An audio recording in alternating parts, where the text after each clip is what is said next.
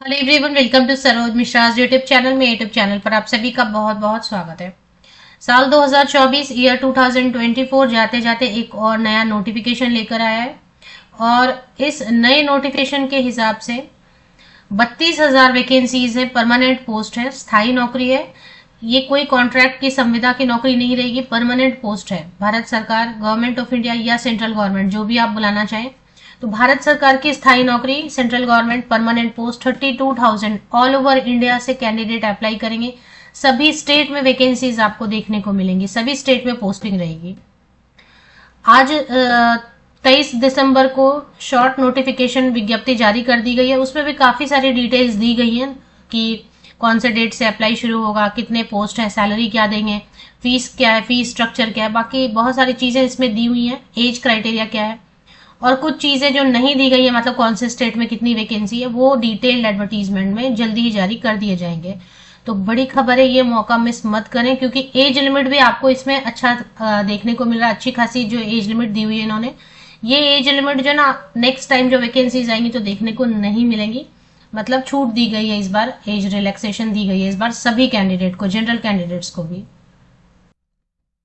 तो short notification है, विज्ञप्ति है छोटी सी, 1 पेज की है फिलहाल, जिसके हिसाब से 23 जनवरी से ऑनलाइन एप्लीकेशन शुरू हो जाएगी। 22 फरवरी तक आप ऑनलाइन एप्लीकेशन कर पाएंगे। तो 23 जनवरी से लेके 22 फरवरी तक, मतलब टोटल एग्जैक्ट 1 मंथ का आपके पास टाइम है। 18,000 बेसिक पे देंगे, जिसपे कि काफी सारे अलाउंसेस देंगे। यहाँ नंबर ऑफ वैकेंसीज आप देखें 32,000 अप्रॉक्स है, ये बढ़ भी सकती है, ये वैकेंसी बढ़ भी सकती है।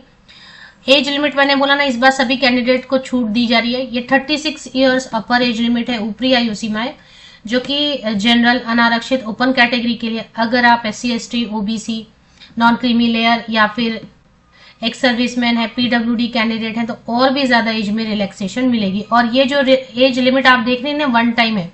नेक्स्ट टाइम वैकेंसीज आएंगी तो ये एज आपको नहीं मिलेगा। सभी कैंडिडेट को 3 साल की छूट दी गई है, क्योंकि बीच में पेंडेमिक की वजह से वैकेंसीज नहीं आई थी। तो ये वैकेंसीज आ रही हैं RRB की तरफ से, बिल्कुल फ्रेश नोटिफिकेशन है। रेलवे रिक्रूटमेंट बोर्ड इस बार मेहरबान है, बहुत सारी वैकेंसीज अभी इस बार जो देखने को मिलेंगी, फिर पता नहीं कब देखने को मिले। आयु सीमा में भी छूट मिल रही है, मौका नहीं छोड़ना चाहिए।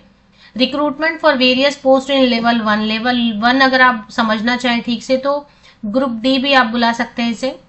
तो लेवल 1 पर अब 32,000 वैकेंसीज अप्रॉक्स हैं। और रेलवे में इस बार जितनी भी भर्तियां पहले निकाली गई, उन सब में नंबर ऑफ पोस्ट जो है बढ़ाए गए बाद में। अगर आप देखेंगे तो सभी जगह लगभग पोस्ट बढ़ा दिए गए। तो अगर 32,000 है तो हो सकता है ये 42,000 भी हो जाए, 35,000 भी हो जाए।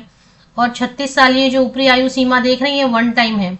नेक्स्ट टाइम जब भी वैकेंसी आएगी, पहले तो पता नहीं आएंगी कि नहीं आएंगी, और जब भी आएंगी तो ऊपरी आयु सीमा, अपर एज लिमिट आपको कम देखने को मिलेंगी। तो इस बार जो है अच्छा मौका है।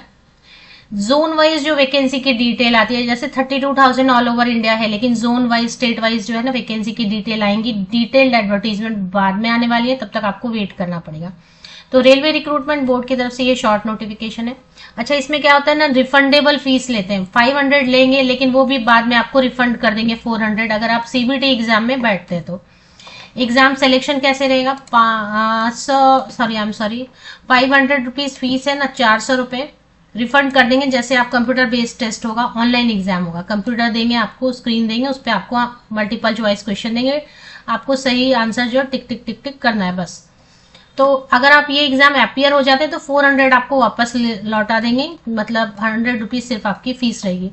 बाकी SC ST, all female candidate, PWD, transgender, ex serviceman, AWS category की, ABC category, economically backward class के लिए 250 रुपीज फीस है। और ये पूरी की पूरी फीस आपको लौटा देंगे। जैसे आप CBT एग्जाम बैठेंगे ना, पूरा फीस आपको लौटा देंगे। तो जितना लिया उतना ही वापस कर देंगे, तो 0 फी हो जाएगा बाद में। अभी तो आपको देना पड़ेगा, बट बाद में exam.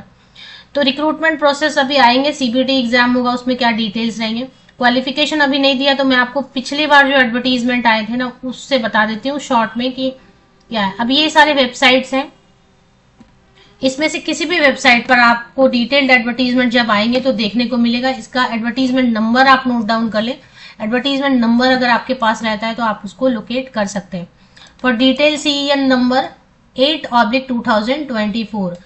8/2024 and submission of online. RRB की ये वेबसाइट है, एक ही वेबसाइट नहीं रहती क्या, क्या जोन वाइज जो है ना वैकेंसीज का डिस्ट्रीब्यूशन रहता है, इस जोन में इतना, इस जोन में इतना। तो जितने भी आरआरबी के बहुत सारे वेबसाइट बनाए गए हैं उनमें सभी पे आपको अपडेट मिलेगी और सभी से आप अप्लाई कर पाएंगे। तो अभी नोटिफिकेशन जो छोटी वाली आई हुई है इसमें इतना ही लिखा हुआ है, बाकी आपको डिटेल्ड एडवर्टीजमेंट के लिए वेट करना पड़ेगा, वो आने ही वाला है। क्योंकि अब आप देखेंगे कि ऑनलाइन एप्लीकेशन किस डेट से शुरू है, 21 जनवरी से ना, 21 जनवरी से, तो उसके पहले डिटेल्ड एडवर्टीजमेंट आ जाएंगी।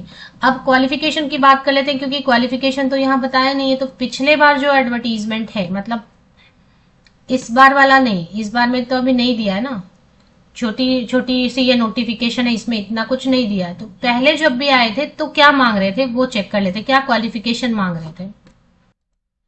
तो ये ना पहले वाला मैंने कहीं से सर्च किया, तो पहले वाले में क्या मांग रहे थे, the minimum educational qualification for all future recruitment to be notified after 15 June 2019 in level 1।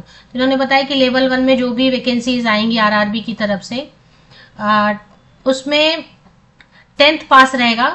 देखें ये 10th पास रहेगा प्लस, अच्छा जब भी अप्रेंटिसशिप कहीं से आता है तो आपको लगता है, आप बहुत सारे ऐसे कहते हैं अप्रेंटिसशिप का आया, ये क्यों करना है, अप्रेंटिसशिप मिलने के बाद करने के बाद क्या ही होने वाला है। देखें अभी आरआरबी क्या ले रहे हैं, 10th पास होना चाहिए, और 10th पास के बाद जिन्होंने भी नेशनल अप्रेंटिसशिप सर्टिफिकेट, अभी जैसे इसमें अलग अलग ट्रेड रहेगा ना, अलग अलग ट्रेड आएगा, ग्रुप डी में अलग अलग, जैसे प्लम्बर का ट्रेड होगा या इलेक्ट्रिशियन का ट्रेड होगा, अलग अलग ट्रेड होगा, उसमें से किसी, बहुत सारे ट्रेड रहेंगे, बहुत सारे, फिटर का ट्रेड रहेगा बहुत सारा, उसमें किसी भी ट्रेड में आपने अप्रेंटिसशिप, नेशनल अप्रेंटिसशिप किया हुआ है सिर्फ, तो देखें अभी आप अप्लाई कर पाते थे। इसलिए जब भी अप्रेंटिसशिप आए और एज क्राइटेरिया रह गई है तो जरूर अप्लाई करें, इसका भी फायदा मिलता है।